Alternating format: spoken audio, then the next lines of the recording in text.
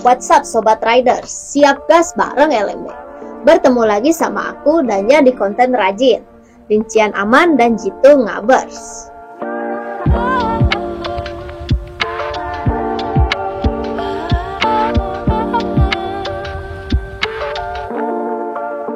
Pernah gak nih kalian merasa suara mesin jadi aneh, kayak ada kutuk-kutuk gitulah?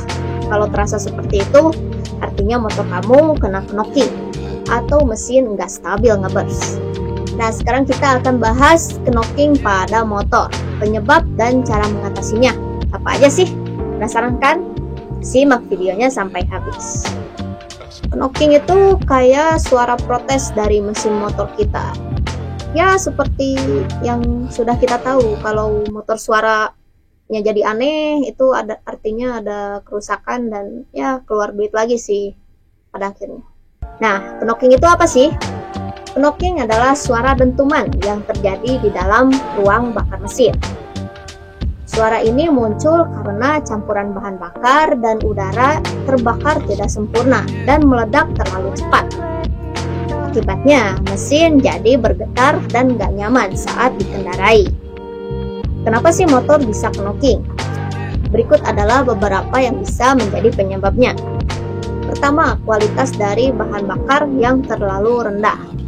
Penggunaan bahan bakar dengan oktan yang terlalu rendah menyebabkan pencampuran bahan bakar lebih mudah terbakar secara spontan dan menyebabkan knocking. Pencampuran antara udara dan bahan bakar yang tidak sesuai juga bisa mengganggu proses pembakaran. Kemudian, penyetelan pengapian yang terlalu maju dapat menyebabkan campuran bahan bakar terlalu dini. Akumulasi endapan karbon pada ruang bakar juga dapat meningkatkan suhu dan tekanan, juga mempercepat pembakaran.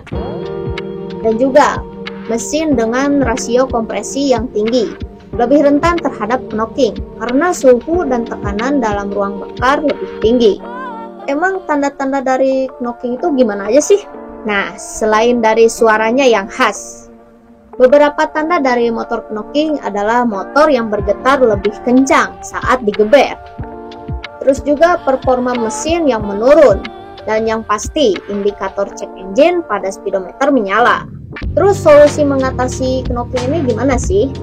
Nah, coba deh kamu ganti bahan bakar motor kamu dengan oktan yang lebih tinggi, yang sesuai dengan spesifikasi motor kamu, agar pembakaran tidak terlalu mudah dan mengurangi resiko knocking. Pastikan kamu beli bahan bakar dari SPBU yang terpercaya dengan kualitas yang lebih baik.